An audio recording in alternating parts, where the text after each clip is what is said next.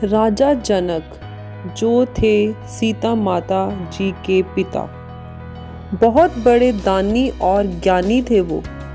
उनको वरदान प्राप्त था, आग उन्हें जला नहीं सकती।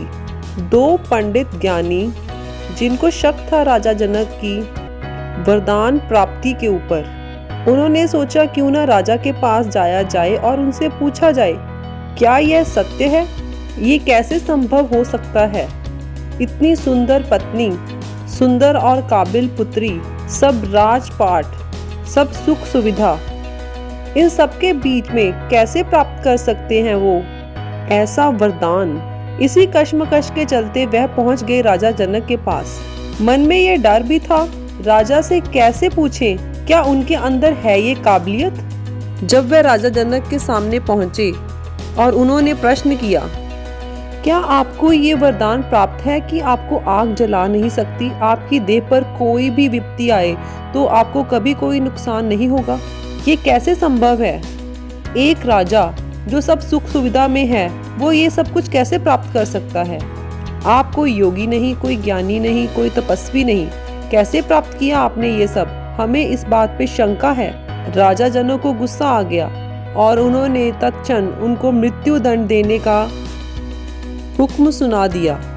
यह सुन वह बहुत बेचैन और घबरा गए और दोनों पंडित पछताने लगे, क्यों पूछा हमने राजा से यह प्रश्न?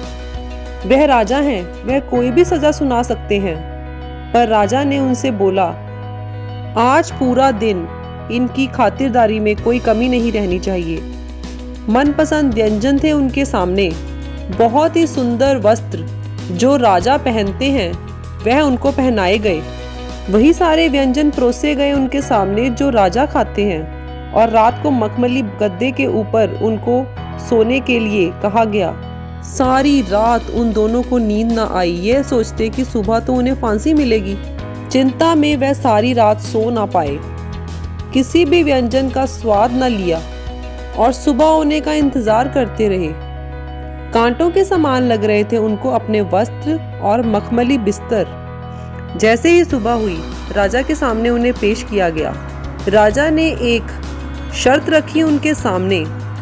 उस दिन नगर में मनाया जा रहा था एक उत्सव। चारों तरफ हो रहे थे नाच गान, तरह तरह के लजीज पकवान बांटे जा रहे थे। हर तरफ हो रहा था नाच गान और नृत्य। राजा ने दिए 2 दिए जो थे भरे हुए तेल के साथ। राजा ने रखी एक शर्त, नगर के एक कोने से दूसरे कोने की तरफ लेके जाने हैं तुम्हें ये दोनों दिए। अगर इन दोनों दियों में से एक बूंद भी तेल नीचे नहीं टपका तो मैं तुम्हारा मृत्यु दंड माफ कर दूंगा। दोनों पंडित अपना अपना दिया हाथ में लिए चल पड़े नगर के एक कोने से दूसरे कोने की तरफ, पूरा ध्यान दिए की तरफ। चारों तरफ का शोर शराबा, नाच गान, चकाचौंध, साज सज्जा, उनका कोई ध्यान नहीं था उन सब की तरफ। पूरा ध्यान था उस दिए की तरफ। छोटे छोटे कदम लिए, बहुत ही संभल संभल कर वह अपना एक एक पग आगे बढ़ाए जा रहे थे। कुछ ही समय में वह नगर के दूसरी तरफ पहुंच गए।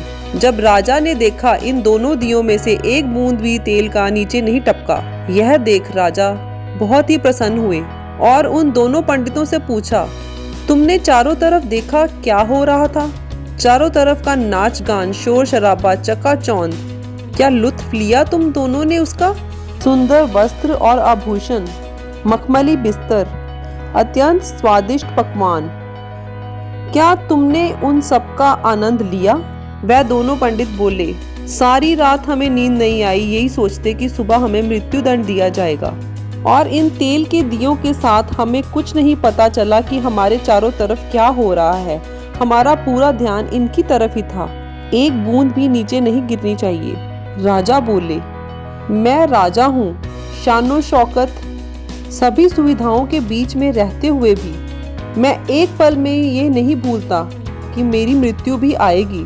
मुझे भी एक दिन यहाँ से जाना होगा।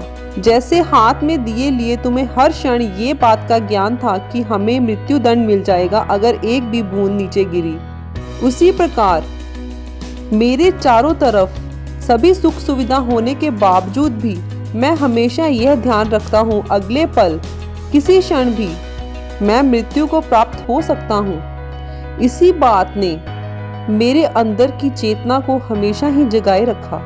शायद अब मुझे यह उत्तर देने की जरूरत नहीं कि राजा होते हुए भी मैंने यह वरदान कैसे प्राप्त किया।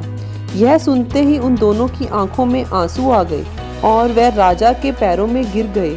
हमें क्षमा कीजिए राजा, हमने आपको गलत समझा, हमने आपकी काबिलियत पर शक किया, कृपया हमें माफ़ करें।